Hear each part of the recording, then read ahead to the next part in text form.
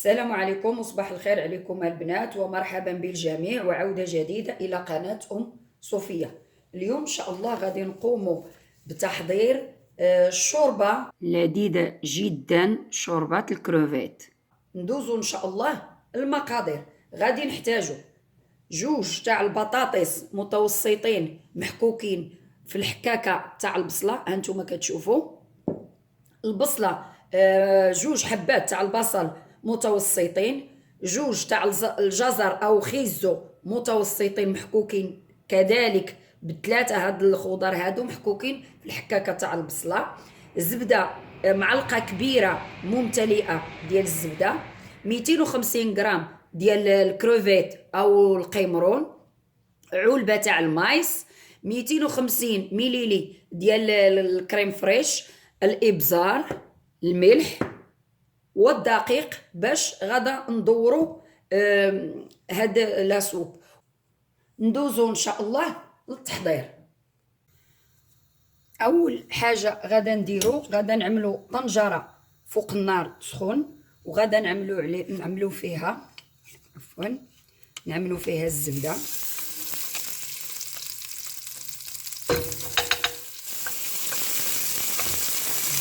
ندوب لينا شويه،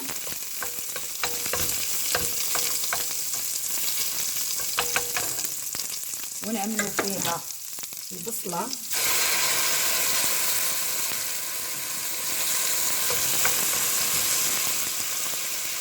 نسوطيوهم، نعملو ليهم خضره سوطي، نعملو فيها الجزر، نعملو فيها البطاطس.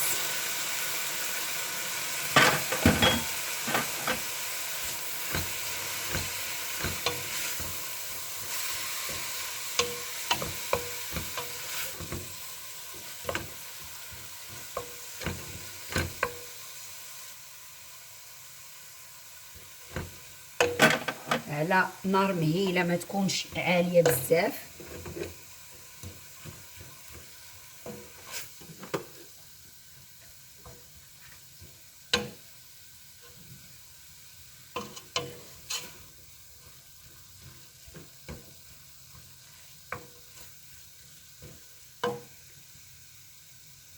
نعمل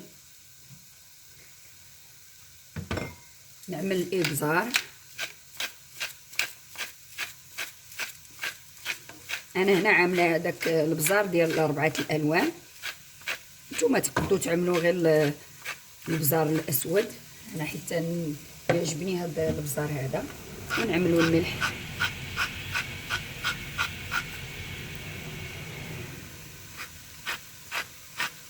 حسب الذوق. هذه غير تتخرج ليا قليل، داكشي علاش شفتوني كندور. خلطوا مزيان.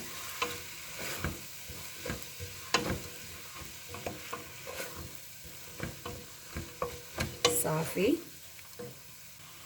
نعمل المرق.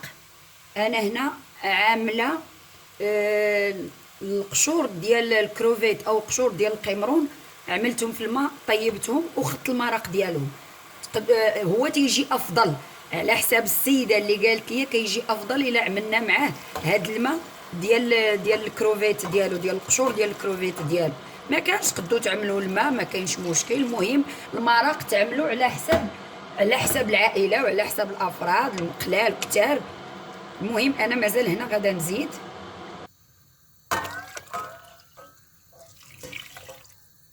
هذا هو القياس. نعمل فيها المايس بعد ما صفيناه من الماء،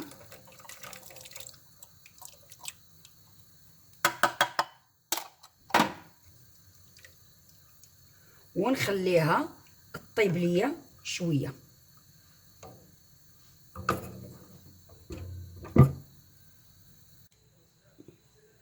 الان ناخذ اناء غارق. انا غادا نديرها قدامكم لان عارفه كل شيء تيديروا الدقيق وتيخلطوا به باش يصوبوا الحريره ويصوبوا شحال من حاجه. عندي اصدقاء ديالي ايطاليين وتنخصني نديرها قدامهم باش يعرفوها حتى هي كيفاش يديروا ليها. تنعمل قليل من الدقيق على حسب، دائما كي كنقول على حسب افراد العائله. ونبدا نخوي في الماء ونخلط.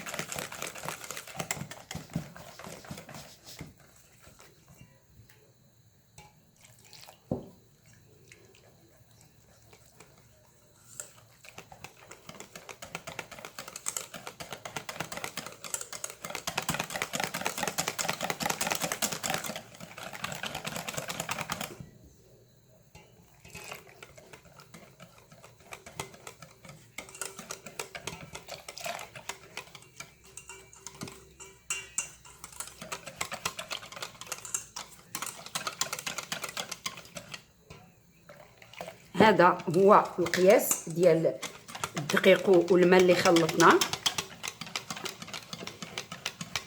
الان نمروا للتتمه ان شاء الله. الان بعد ما طابت لينا هذيك الخضره اللي عندنا وخلطنا الدقيق والماء، غادي ندوروا هاد الشوربه هذه.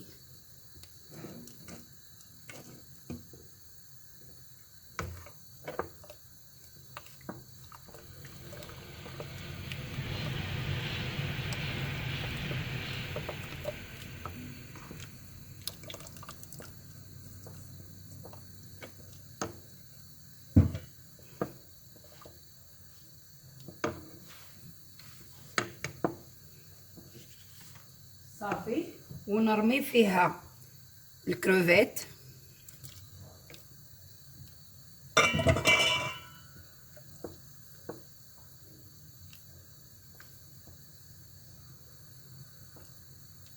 ونبقى نحرك شويه بحال هكايا حتى نحسو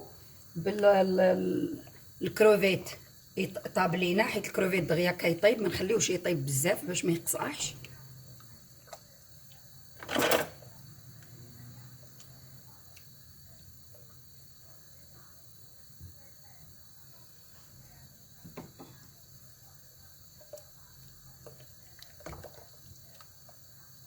ندوقوها حتى في الملح نشوفوها كي جات.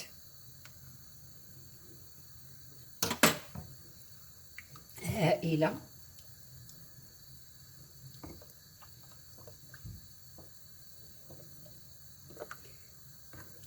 ما خصناش نتوقفوا على التحرك لان الدقيق غادي ينزل لينا ويتحرق.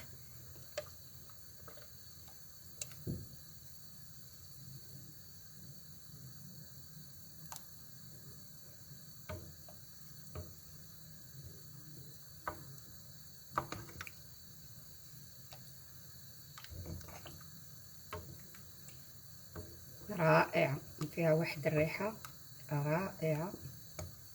شكرا بزاف على هاد الحبيبه ديالتي وصديقتي ومن عائلتي، كنبوسها وتنحييها تحيه كبيره صراحه. شكرا بزاف.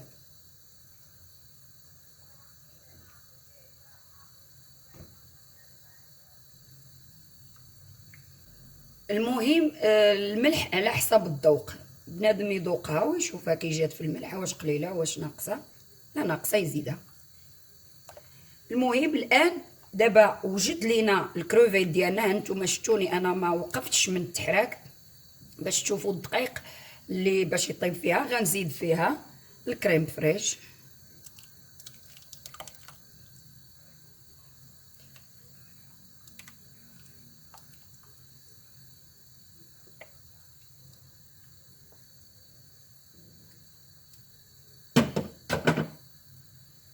صافي، ونخليوها تزيد طيب لينا.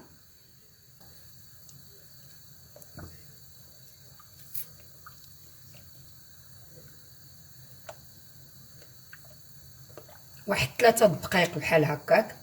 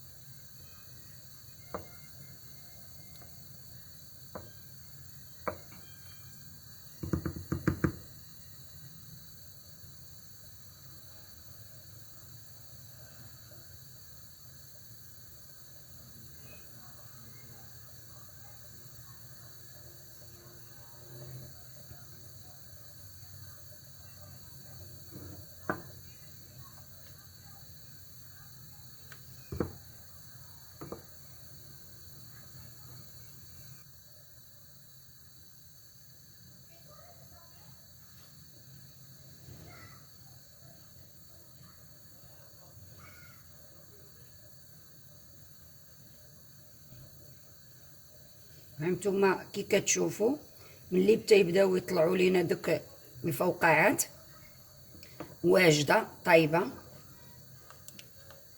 والان هيا وجدت لينا لا سوب ديالنا، لا سوب تاع الكروفيت او لا سوب تاع او شوربه تاع القمرون، وان شاء الله نتلاقاو في الشكل النهائي. هذا هو الطبق النهائي ديالنا وشكله الاخير. فعلا رائع ولذيذ وبنين. شكرا بزاف لاله ناديه، تنشكرك بزاف على هذا الاقتراح، تنشكرك ربي يخليك ليا، شكرا بزاف. وتيجي فعلا لذيذ ورائع.